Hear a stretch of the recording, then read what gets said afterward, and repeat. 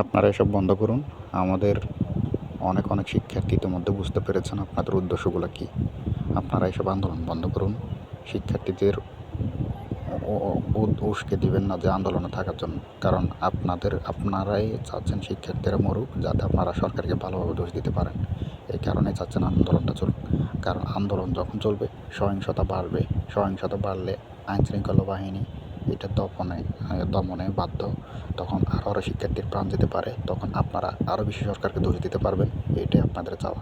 এই যে আপনারা বারবার বলতেছেন আমাদের ভাইদের প্রাণ গেল, আসলে এগুলো মূলত আপনাদের ভিতর থেকে দুঃখ না, এগুলো জাস্ট সরকারকে ব্লেম করার জন্য, আরও বেশি শিক্ষার্থী মরার জন্য, আন্দোলনটা চালিয়ে যাওয়ার জন্য আপনারা আহ্বান জানাচ্ছেন শিক্ষার্থীদের।